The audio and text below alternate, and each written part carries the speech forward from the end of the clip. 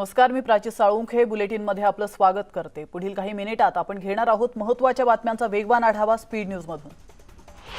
सुरुवात करतो एका राजकीय बातमीने। मुख्यमंत्री पदावरून विरोधी पक्षनेते देवेंद्र फडणवीस आणि पंकजा मुंडे पुन्हा एकदा आमने सामने आल्यात।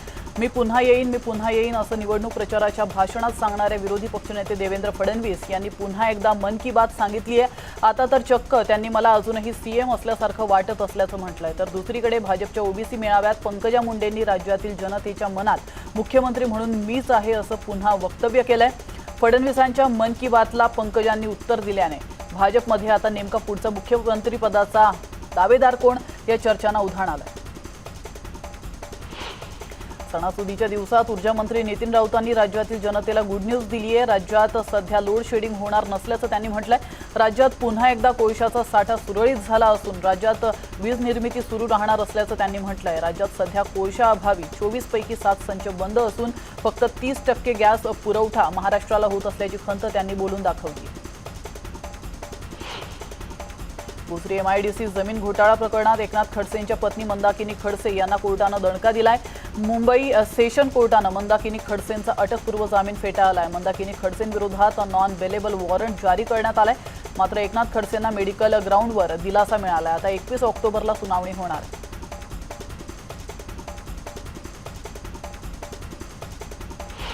2 वर्षांवरील सगळ्या मुलांना कोवॅक्सिनची लस देण्यास कोवॅक्सिनला मंजुरी मिळाल्याचं वृत्त सर्व वृत्त माध्यमांनी प्रसिद्ध केलं होतं। मात्र अवघ्या काही तासात केंद्रीय आरोग्य मंत्री डॉक्टर भारती पवार यांनी काहीतरी गैरसमज झाला असून तज्ज्ञांच्या समितीशी लहान मुलांनाही लस देण्यासाठी कोवॅक्सिनला परवानगी द्यावी याबाबतची बोलणी सुरू असल्याचं ते म्हणाले। मुंबई पालिका निवडणुकीआधी मनसे नेते बाळा नांदगावकर यांनी भाजपचे विरोधी पक्षनेते देवेंद्र फडणवीसांची भेट घेतली आहे। फडणवीसांच्या सागर बंगल्यावर ही बैठक पार पडली आहे। भाजपच्या कोर कमिटी बैठकीआधी ही भेट झाल्याने सर्वांच्या भुवया उंचावल्यात। सर्वात महत्त्वाची बाब म्हणजे या भेटीत आशिष शेलारही उपस्थित होते। या भेटीत काय घडलं हे जरी बोलणं बाळा नांदगावकरांनी टाळलं असलं तरीही पालिकेच्या दृष्टीने ही भेट अतिशय महत्त्वाची मानली जाते।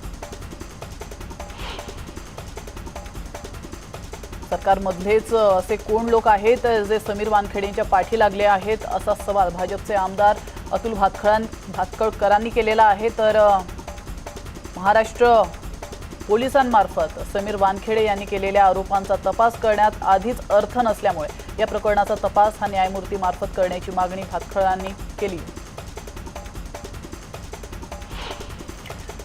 समीर वानखेडे यांच्यावरती जर कोणी पाळत ठेवत असेल तर हे चुकीचं असल्याचं वक्तव्य विरोधी पक्षनेते देवेंद्र फडणवीस यांनी केलंय। ही गंभीर बाब असून कायद्याचं उल्लंघन केल्याचंही ते म्हणाले।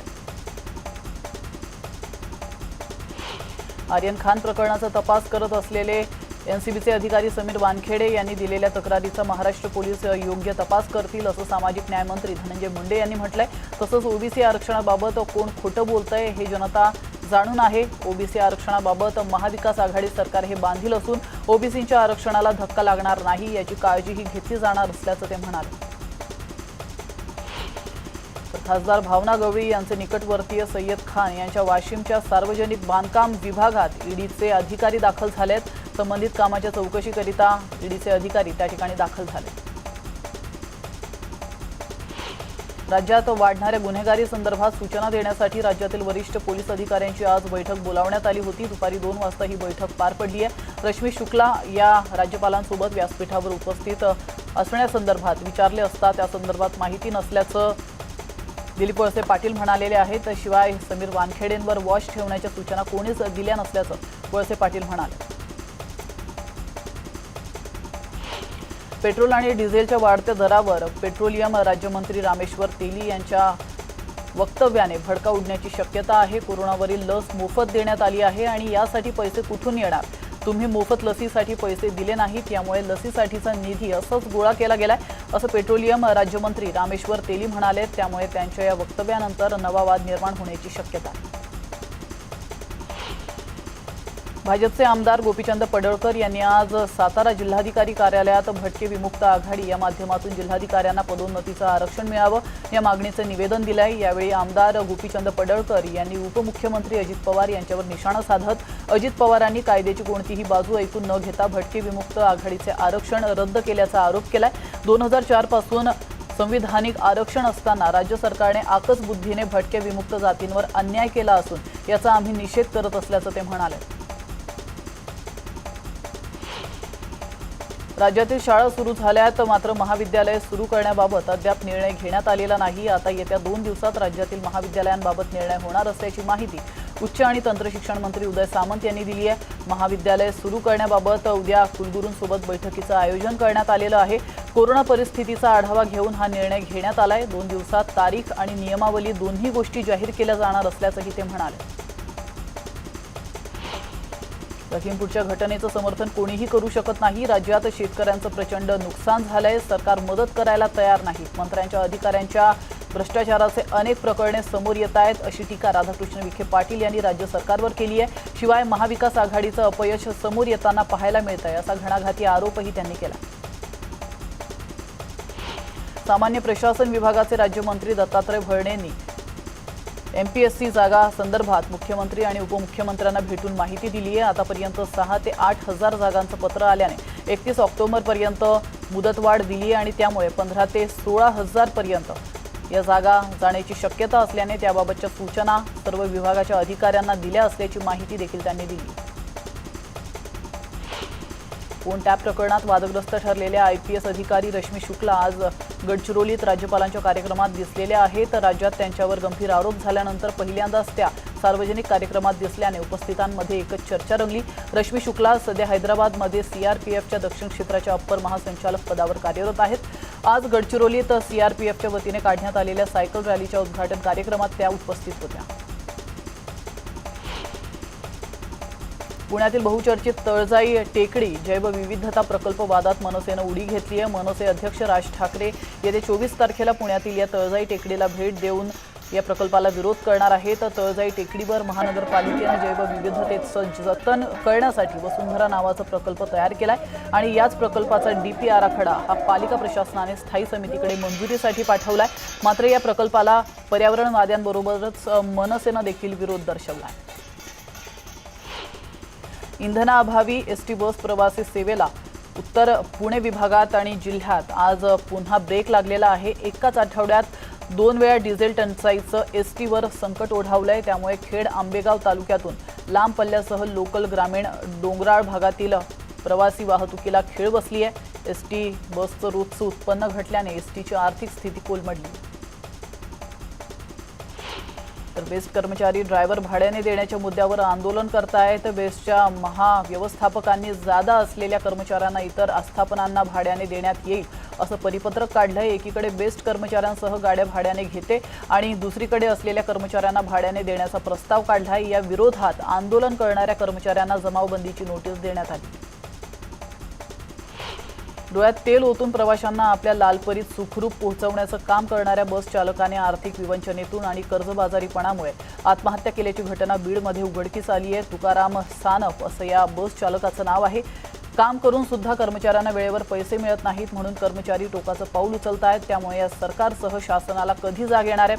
आणखीन किती कर्मचाऱ्यांचे बळी गेल्यावर सरकार बस कर्मचाऱ्यांच्या मागण्या पूर्ण करणार आहे असा सवाल देखील आता कर्मचाऱ्यांनी उपस्थित केला आहे। देहू रोड शहरात विविध विकास कामं होत नसल्याच्या निषेधार्थ मनसेने देहू रोड कॅन्टोन्मेंट बोर्डावर थाळीनाद आंदोलन केलेलं आहे। यात विविध प्रश्नांवर आवाज उठवण्यात आलाय। देहू रोड शहरात अनेक ठिकाणी खड्डे निर्माण झालेत आणि तसंच कचऱ्याची समस्या देखील निर्माण झाली आहे। घाणीचं साम्राज्य या ठिकाणी पाहायला मिळतंय। त्यामुळे आमच्या मागण्या पूर्ण केल्या नाही तर मनसे स्टाईलने खुर्ची खाली करू असा इशारा मनसेच्या वतीने देण्यात आला। 20 कंत्राटी कामगारांना नव्याने होत असलेल्या भरती प्रक्रियेत सामावून घेण्यासाठी कंत्राटी कामगारांच्या संघटनेच्या वतीने कुडाळ येथील वीज वितरणाच्या मुख्य कार्यालयाबाहेर 1 दिवसीय धरणं आंदोलन छेडण्यात आले। जिल्ह्यातील 150 ते 200 कामगारांवर भरती प्रक्रियेत प्राधान्य न दिल्यामुळे 10 ते 15 वर्ष सेवा बजावून देखील अन्याय होणार असल्याची कामगारांची भावना आहे। लस न देता लसीकरण करण्यात आल्याचं दाखवल्याचा धक्कादायक प्रकार समोर आलाय। या प्रकरणी मालेगावातील प्राथमिक शाळेतील 10 शिक्षकांना निलंबित करण्यात आलंय। 2 जुलैला हा प्रकार घडला असून तब्बल 3 महिन्यांनंतर हा सर्व प्रकार उघडकीस आलाय। दहिसर या ठिकाणी काही नराधमांनी जाणीवपूर्वक वारकरी मूर्तीची विटंबना केल्याचं सीसीटीव्ही फुटेजमध्ये स्पष्टपणे दिसतंय। यावर दोषींवर कठोर कारवाई करण्याची मागणी आचार्य तुषार भोसलेंनी केली आहे। महापालिकेने या मूर्तींची तातडीने दुरुस्ती करावी, अन्यथा पालिका मुख्यालयासमोर तीव्र आंदोलन करू असा इशाराही देण्यात आला। बातमी आहे अकोल्यातून। अकोल्यातील मूर्तिजापूर तालुक्यातील हिरपूरच्या स्मशानभूमीत जाण्यासाठी रस्ता नाहीये। इथे जाण्यासाठी निसरड्या रस्त्यावरून तसंच नाला पार करताना अक्षरशः तारेवरची कसरत करावी लागते। हिरपूर स्मशानभूमीमध्ये कोणत्याच प्रकारच्या सुविधा नाहीयेत। पावसाळ्याच्या दिवसांमध्ये अंतिम संस्काराला स्मशानभूमीमध्ये जाण्यासाठी कंबरभर पाण्यातून मृतदेह न्यावा लागतो। अंबरनाथ MIDC भागातील केमिकल कंपनीतून वायू गळतीमुळे 28 कामगारांना बाधा झाली आहे। यात महिला कामगारांची संख्या जास्त असून सर्व कर्मचाऱ्यांना उल्हासनगर मध्यवर्ती रुग्णालयात उपचारार्थ दाखल करण्यात आले। तर कंपनीत काम करताना अचानक धूर निर्माण होऊन वायू गळती झाल्याने कामगारांना श्वास घ्यायला त्रास होऊ लागला। बदलापूर आणि अंबरनाथ MIDC भागात वारंवार वायू गळती होत असून नागरिकांचा मोठा त्रास या नागरिकांना सहन करावा लागतो। अवैध दारू विक्री करणाऱ्या विक्रेत्याला जाब विचारायला गेलेल्या महिलांवर दारू विक्रेत्याने चाकू उगारताच महिलांनी दारू विक्रेत्याला चांगला चोप दिलाय। आपण या दृश्यांच्या माध्यमातून पाहू शकतो। ही घटना गोंदिया जिल्ह्याच्या गोरेगाव तालुक्यातील डव्वा या गावामध्ये घडली आहे। या प्रकरणी गोंदिया ग्रामीण पोलीस स्टेशनमध्ये दारू विक्रेत्यावर गुन्हा नोंद करण्यात आलेला आहे। तर नवरात्रीच्या पर्वावर डव्वा गावात महिलांच्या दुर्गा देवीचा अवतार पाहायला मिळाला। करोडो रुपयांचा खर्च करून सिंचन आणि पाणी पुरवठ्यासाठी बांधण्यात आलेल्या बंधाऱ्याला दरवाजेच नसल्याने लाखो लिटर पाणी वाया जात आहे। प्रशासनाच्या सुलतानी कारभारामुळे येणारा उन्हाळा गंगाखेड तालुक्यातील 15 गावांना संकट घेऊन येणार आहे। निसर्गाच्या अस्मानी आणि प्रशासनाच्या सुलतानी कारभाराचा फटका शेतकऱ्यांना बसणार असल्याचं चित्र पाहायला मिळतं। अहमदनगर जिल्ह्यात झालेल्या मुसळधार पावसाने पारनेर तालुक्यातील मांडओहळ या धरण कालवा आता पूर्ण क्षमतेने भरला असून सांडव्यावरून पाणी ओसंडून वाहू लागलंय। सांडव्यावरून पाणी वाहू लागल्याने जिल्ह्यात आनंदाचं वातावरण निर्माण झालंय। त्याच पार्श्वभूमीवर आमदार निलेश लंके यांनी धरणावर येऊन विधिवत जलपूजन केलेलं आहे। यावेळी तालुक्यातील कार्यकर्ते मोठ्या संख्येने उपस्थित होते। तर सांगली सोलापूर जिल्ह्यात चोऱ्या करणारा रेकॉर्डवरील आरोपी विटा पोलिसांच्या जाळ्यात अडकलेला आहे। सीताराम लक्ष्मण येडगे नामक या आरोपीकडून 10,12,000 रुपये किमतीचं चोरीचं साहित्य जप्त केल्याची माहिती पोलीस निरीक्षक संतोष डोके यांनी दिली। वापरलेल्या सर्जिकल मास्कपासून बनवलेल्या पाय पुसण्यांची नांदेडमध्ये विक्री सुरू होती। शहरात अनेक ठिकाणी फुटपाथवर दुकानं थाटून काही परप्रांतीय विक्रेते या धोकादायक पाय पुसण्या विकतायत। याबाबत काही जागरूक नागरिकांनी तक्रार केल्यानंतर महानगरपालिकेनं या पाय पुसण्या जप्त केल्या आहेत। शहरातील ITI चौकात 2 ठिकाणी ही कारवाई करण्यात आली। तुळजाभवानी देवीचा दरबार गेल्या 7 महिन्यांपासून भक्तांसाठी बंद होता। नवरात्रीच्या सुरुवातीलाच प्रशासनाने देवीचं मंदिर खुलं केलं आणि देवीचे दार खुलताच भक्तांनी नवरात्रीत देवीच्या दर्शनासाठी गर्दी केली। मात्र कोरोनाच्या संकटामुळे एवढ्या भक्तांना दर्शन देणं शक्य नाही। प्रशासनापुढे हे एक मोठं आव्हान होतं। हे आव्हान स्वीकारत कोरोनाचे तपासणी रिपोर्ट मास्क असतील तरच भाविकांना तुळजाभवानीचं दर्शन दिलं जात आहे। स्वतः जिल्हाधिकारी कौस्तुभ दिवेगावकर फील्डवर उतरून लक्ष ठेवतात। दसरा उत्सवानिमित्त जेजुरी गडाला विद्युत रोषणाई करण्यात आली आहे। जेजुरीचा दसरा हा मर्दानी दसरा म्हणून ओळखला जातो। मात्र कोरोना महामारीच्या पार्श्वभूमीवर दसरा उत्सव होणार नसला तरी विद्युत रोषणाई आणि दैनंदिन कुलधर्म कुळाचाराचे धार्मिक विधी केले जात आहेत। त्यामुळे दरवर्षीप्रमाणे संपूर्ण गडाला आणि मुख्य मंदिराला विद्युत रोषणाई करण्यात आली। जिल्ह्यात सर्वत्र नवरात्रोत्सव सुरू आहे। याच पार्श्वभूमीवर अमरावतीतील दुर्गा देवी मंडपात अमरावतीच्या खासदार नवनीत राणा भेटी देत आहेत आणि त्यांनी अमरावती शहरातील एका दुर्गा देवी मंडपाबाहेर सार्वजनिक ठिकाणी महिलांसोबत गरबा खेळण्याचा आनंद लुटला। चक्क खासदार राणा गरबा खेळत असल्यामुळे महिलांमध्ये देखील उत्साह निर्माण झाल्याचं पाहायला मिळत आहे। हा व्हिडिओ सध्या सोशल मीडियावर मोठ्या प्रमाणात व्हायरल होतो।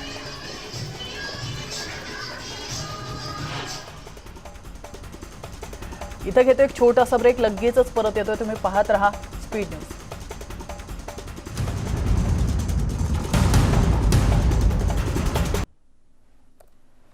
ब्रेकनंतर आपलं स्वागत आहे आणि पुन्हा एकदा आपण घेणार आहोत उर्वरित बातम्यांचा वेगवान आढावा। लखीमपूर हत्याकांड प्रकरणात केंद्रीय गृहराज्यमंत्री अजय मिश्रा यांचा मुलगा आशिष मिश्रा याला 3 दिवसांची पोलीस कोठडी सुनावण्यात आली आहे। याच दरम्यान MIMचे अध्यक्ष असदुद्दीन ओवैसी यांनी पंतप्रधान नरेंद्र मोदी आणि उत्तर प्रदेशचे मुख्यमंत्री योगी आदित्यनाथ यांच्यावर निशाणा साधलाय। आशिषऐवजी जर कुणी इतर असता तर योगींनी त्याच्या घरावर बुलडोझर फिरवला असता असं म्हणत ओवैसी यांनी भाजप सरकारवर टीका केली। लखीमपूर खिरीतील हिंसाचाराबाबत दिल्लीत भाजपचे मंथन सुरू आहे। लखीमपूर हिंसाचाराबाबत उत्तर प्रदेश भाजपचे प्रदेशाध्यक्ष स्वतंत्र देव सिंग यांच्यासह अनेक नेत्यांना दिल्लीला बोलावण्यात आलंय। स्वतंत्र देव सिंग यांच्यासह राज्य प्रभारी राधा मोहन सिंग आणि संघटना मंत्री सुनील बन्सल देखील दिल्लीला पोहोचलेत। लखीमपूर हिंसाचारावरून गृहराज्यमंत्री अजय मिश्रा यांच्या राजीनाम्याच्या मागणीवर विरोधक ठाम आहेत। हे पाहता ही बैठक महत्त्वाची आहे।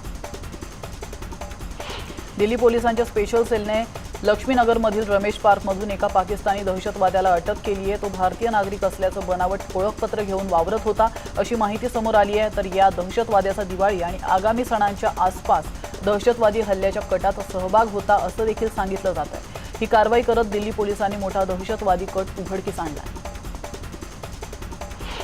विराट कोहलीच्या नेतृत्वाखाली खेळणाऱ्या रॉयल चॅलेंजर्स बंगळुरूला पुन्हा एकदा IPLच्या विजेतेपदाने हुलकावणी दिली आहे। तर शारजहाच्या मैदानावर रंगलेल्या एलिमिनेटर सामन्यात कोलकाता नाईट रायडर्सने RCBला 4 गड्यांनी धूळ चारत स्पर्धेबाहेर ढकललंय। विराटचा हा RCBचा कप्तान म्हणून शेवटचा सामना ठरलाय। तर कोलकाताला आता दुसऱ्या क्वालिफायर सामन्यात दिल्ली कॅपिटल्सशी भिडावं लागणार आहे। उद्या हा सामना रंगणार। राज्यातील चित्रपटगृह नाट्यगृह उघडण्यास तसंच इतर सांस्कृतिक कार्यक्रमांना परवानगी देण्याचा महत्त्वपूर्ण निर्णय राज्य सरकारने घेतलाय। चित्रपटगृह नाट्यगृह येत्या 22 ऑक्टोबरपासून सुरू करण्यात येणार आहेत आणि त्यासाठीची नियमावली राज्य सरकारच्या पर्यटन आणि सांस्कृतिक विभागाने जाहीर केली आहे। जिल्हाधिकाऱ्यांशी विचारविनिमय करून निर्णय घ्यावा लागणार आहे। तसंच कलाकार कर्मचारी वृंद यांनी नियमितपणे तपासणी करणं बंधनकारक असणार आहे। तसंच प्रेक्षकांना कलाकारांच्या कक्षेत ठेवण्यास मज्जाव करण्यात आला। बिग बॉस मराठी सीझन 3 मधून बाहेर पडलेल्या कीर्तनकार शिवलीला पाटील यांनी वारकरी संप्रदायाची जाहीर माफी मागितली आहे। सामाजिक गोष्टीवर नेहमी बोलणाऱ्या तृप्ती देसाई या सार्वजनिक ठिकाणी वेगळी भूमिका घेत असल्या तरी बिग बॉस घरामध्ये त्यांचं वागणं वेगळंच होतं असं म्हणत मराठी घरांमध्ये वारकरी संप्रदायाच्या प्रथा परंपरेला कुठे गालबोट लागलं असेल किंवा वारकरी महाराज मंडळींची मनं दुखावली असतील तर मी एक कीर्तनकार म्हणून माफी मागते असं कीर्तनकार शिवलीला पाटील यांनी म्हटलंय।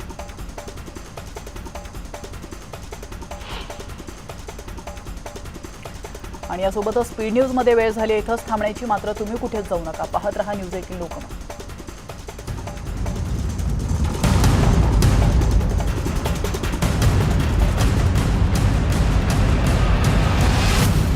काढत बंदला सहकार्य करण्याचं आवाहन केलं होतं आणि यात मोठ्या संख्येने राष्ट्रवादीचे कार्यकर्ते सहभागी झाले होते। यावेळी केंद्र सरकार विरोधात तीव्र घोषणाबाजी देखील करण्यात आली होती। जिल्हाधिकाऱ्यांना निवेदन देत लखीमपूरमधील आरोपींना फाशीची शिक्षा द्या अशी मागणी आंदोलकांनी केली होती।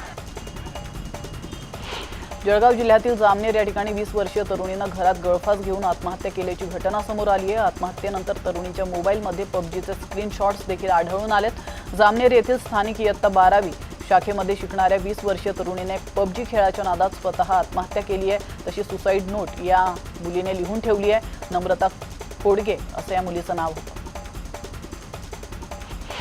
उजनी धरणातून सोडलेल्या पाण्यामुळे पंढरपुरातील भीमा नदीची पाणी पातळी वाढली आहे। त्यामुळे नदीपात्रातील मंदिरांना पाण्याचा वेढा पडलाय।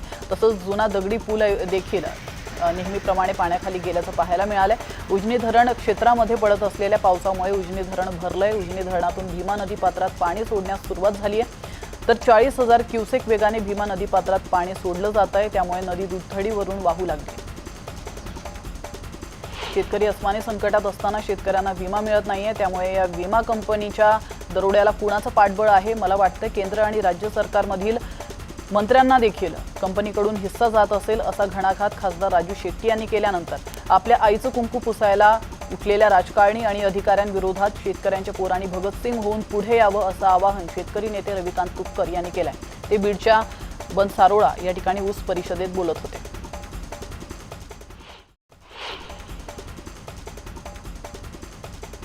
जम्मू काश्मीरमधील पूंछमध्ये दहशतवाद्यांसोबत झालेल्या चकमकीत 5 जवान शहीद झालेत। भारतीय सैन्याने गुप्त माहितीच्या आधारे पूंछ भागातील जंगलात 3 ते 4 दहशतवाद्यांना घेरलं, त्यानंतर ही चकमक उडाली आहे। तर सध्या सैन्याने या पूर्ण परिसराची घेराबंदी केली आहे। पूंछ जिल्ह्यातील सुरणकोटे भागात डेरा की गली या गावात हे सैन्य अभियान सुरू आहे। तर सैन्याने हा पूर्ण परिसर सील केला असून दहशतवाद्यांचा शोध सुरू आहे।